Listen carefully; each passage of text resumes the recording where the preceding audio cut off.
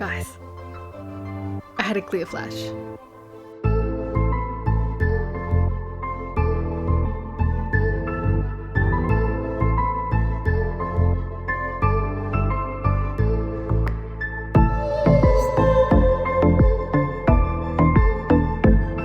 Hi, I'm Gemily, an EndMyopia student. I'm using Jake Steiner's EndMyopia method to get back to 20/20 vision and life without glasses.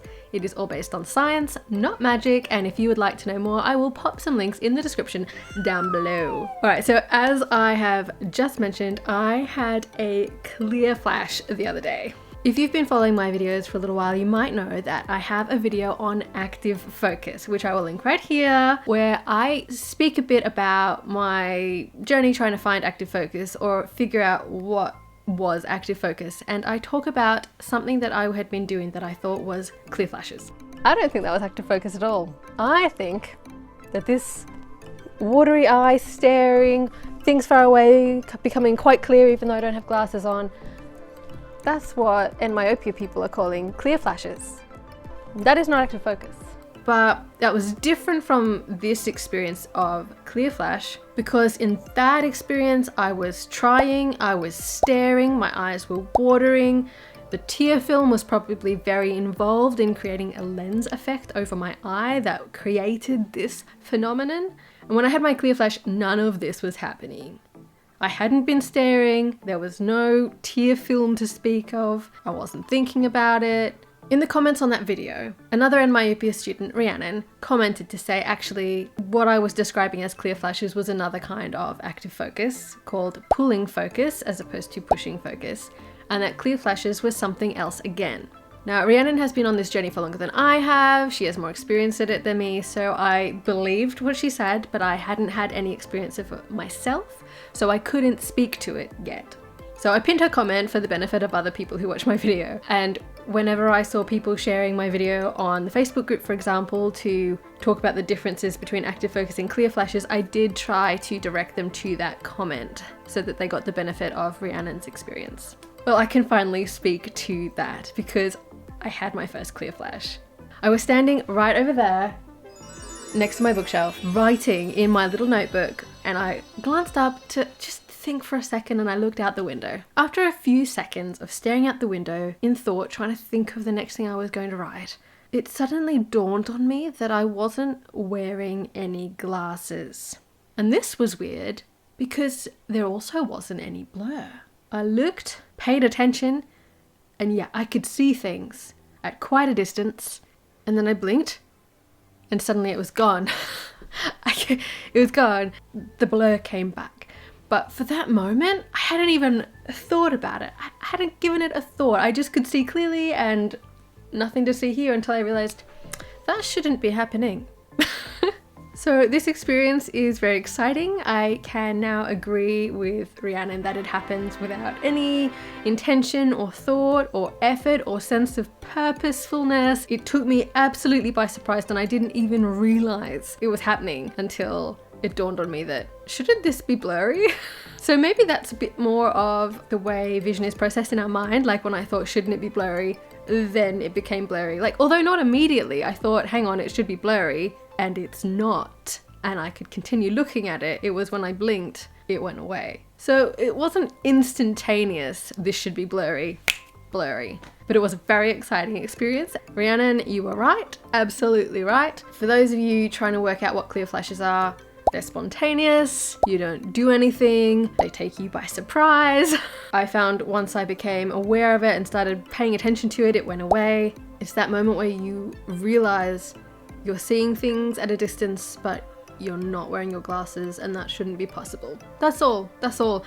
I have heard of people with much higher myopia than I have also experiencing clear flashes, so it sounds like you don't have to be in the low myopia range to have this experience, but I've only ever had it in the low myopia range. But it was a very exciting experience, and it's made me want to give myself the opportunity for it to happen more. It makes me want to function without glasses more often, just to get that experience again. Although I'm gonna resist this temptation. It is too early, I think, for me to start going glasses commando. So I'm not gonna do that.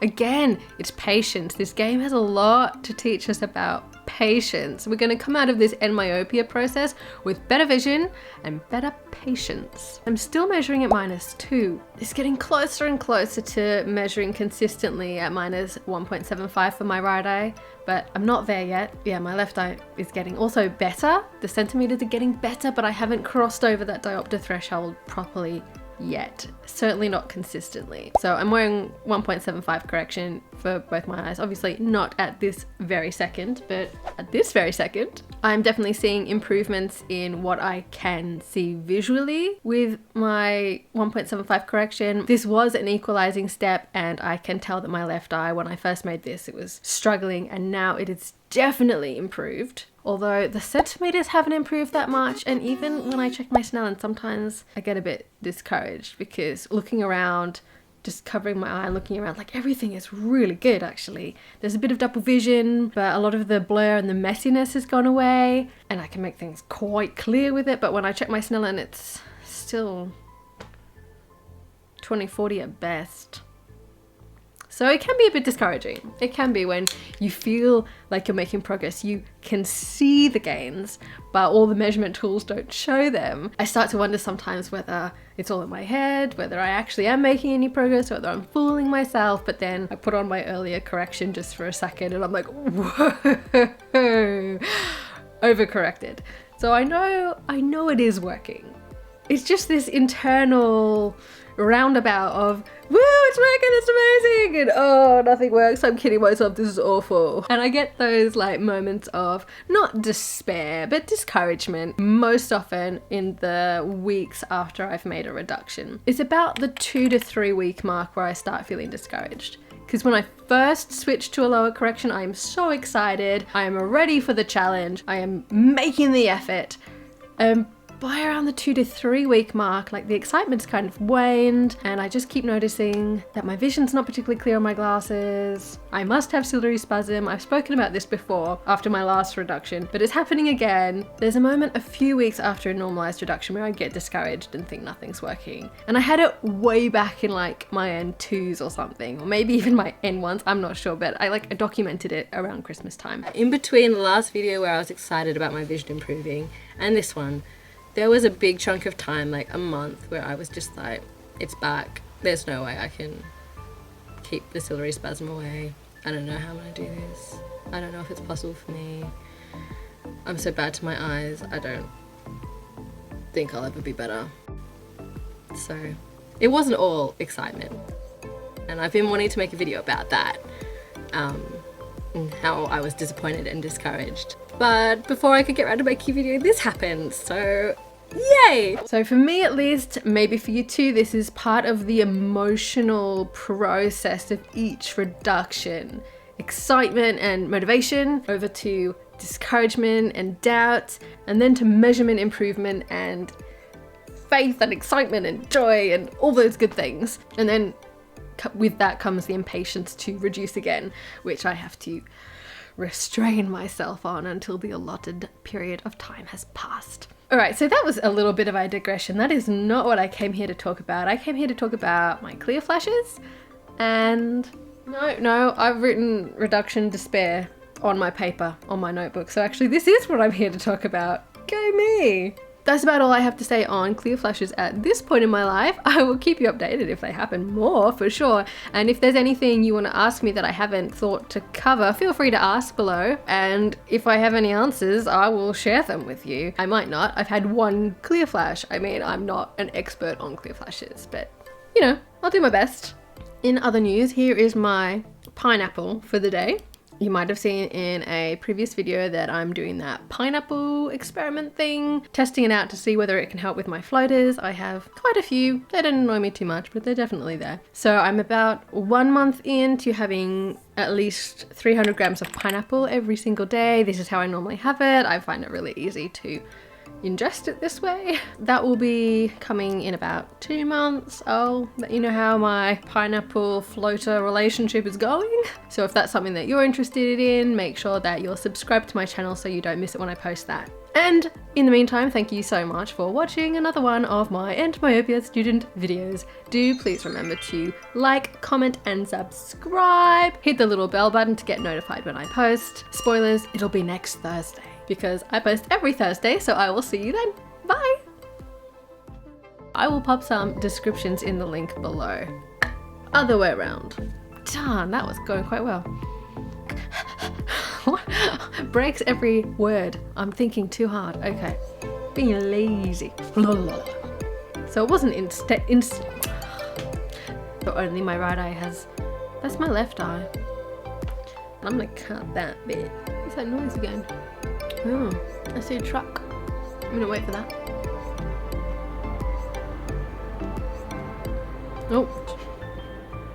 I'm trying to wave at a truck because, you know, I do that. But then the truck went past and there's a guy standing behind it. I don't want him to think I'm waving at him. That'd be a bit awkward. It would be awkward if my neighbour thought I was greeting them. What a weird world we live in. This is my... I was going to say peanut butter. It for sure is not peanut butter. This is my coconut smoothie. No, it's not. It's pineapple, man. This truck is noisy, huh? Can you hear that? Maybe you can't hear that. Lucky if you can't. Lucky me if you can't, I guess. It is so flipping noisy outside. Stop it!